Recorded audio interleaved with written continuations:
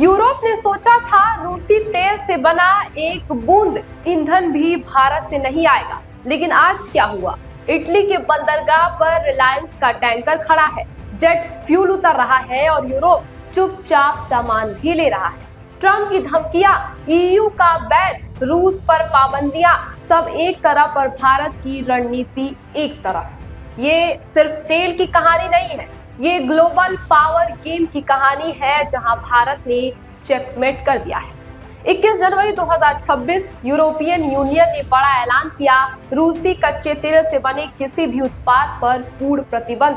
मकसद साफ था, रूस की तेल कमाई बंद करो, युद्ध की फंडिंग रोक दो। पश्चिमी देशों ने सोचा मॉस्को घुटनों पर आ जाएगा, लेकिन उन्होंने एक खिलाड़ी को नजरअंदाज कर दिया और वो है भारत, और यही उनकी सबसे बड़ी गलती साबित हुई है।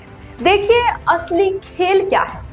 यूक्रेन युद्ध के बाद से भारत रूस का सबसे बड़ा तेल खरीदार बन गया है। डिस्काउंट पर रूसी क्रूड ऑयल आ रहा है, जामनगर की रिफाइनरी में प्रोसेसिंग हो रही है और फिर दुनिया के सबसे बेहतरीन रिफाइंड प्रोडक्ट तैयार हो रहे हैं।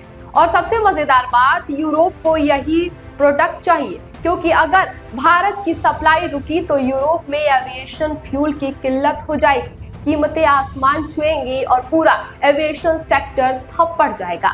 अब आते हैं असली ड्रामे पर। फरवरी 2026 की शुरुआत में रिलायंस का चार्टर टैंकर लीवावी इटली के फ्यूमिसिनो बंदरगाह पर पहुंचा। 3.5 लाख बैरल जेट फ्यूल यानी टैंकर के कार्गो का लगभग आधा हिस्सा। लेकिन यहाँ ट्विस्ट देखिए, ये जहाज 8 जनवरी को ही पहुंच गया था, लेकिन पूरे 3 हफ्ते बंदरगाह के बाहर समुद्र में खड़ा रहा। पहले कहा गया खराब मौसम है, फिर कहा गया डिस्चार्ज में देरी है। रिलायंस ने भी यही बयान दिया कि मौसम की वजह से रुकावट आई है, लेकिन हकीकत कुछ और ही थी।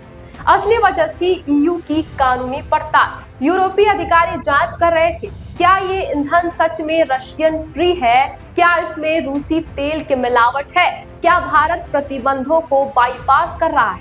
3 हफ्ते की जांच, सैकड़ों दस्तावेज और आखिरकार हरी झंडी मिली।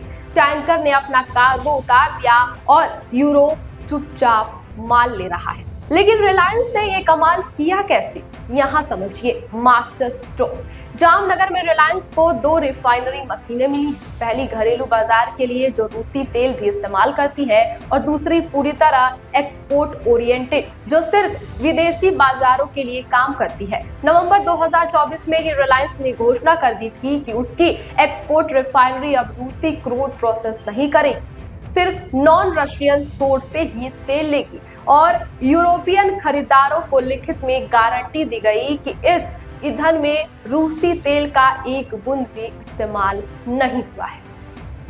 अब देखिए कितना दिलचस्प है ये पूरा खेल। एक तरफ भारत रूस से सस्ता तेल खरीद रहा है, अपने घरेलू इस्तेमाल के लिए प्रोसेस कर रहा है। दूसरी तरफ दूसरे सोर्सेस से तेल लेकर एक्सपोर्ट क्वालिटी प्रोडक्ट्स भी बना रहा है और यूरोप को बेच रहा है। ये बहुत बड़ी बात है और आंकड़े तो कमाल के हैं। 2024 में भारत ने 41 lakh tonne jet fuel Europe को एक्सपोर्ट किया। ये 2021 के मुकाबले 3 गुना ज्यादा है। 2022 से 2025 के बीच यूरोप की एविएशन फ्यूल जरूरत का 15% अकेले भारत ने पूरा किया है। अब आप खुद देखिए, क्या यूरोप भारत को ना कह सकता है? बिल्कुल नहीं, क्योंकि भारत के बिना यूरोप की सप्लाई चेन भी पूरी तरीके से अधूरी। ट्रंप ने कई बार कहा कि भारत रूसी तेल से मुनाफा कमा रहा है, इसे रोका जाना चाहिए। पश्चिमी नेताओं ने दबाव बनाया, लेकिन जमीनी हकीकत ये है कि यूरोप रूस से दूरी बना सकता है, लेकिन भारत से नहीं, क्योंकि अगर भारत की सप्लाई रुकी तो यूरोप का पूरा एविएशन सेक्टर खतरे में पड़ जाएगा। तो ये कहानी किस बात की है? ये कहानी है भारत की ऊर्जा कूटनीति की, रिलायंस की व्यावसायिक साझेदारी की, पश्चिमी दबाव के सामने भारत के आत्मविश्वास की। ईयू ने बैन लगाया, ट्रंप ने धमकाया, रूस पर पाबंदियां लगाई, लेकिन अंत में क्या हुआ? भारत का टैंकर यूरोप के बंदरगाह पर खड़ा है और सामान भी उतर रहा है।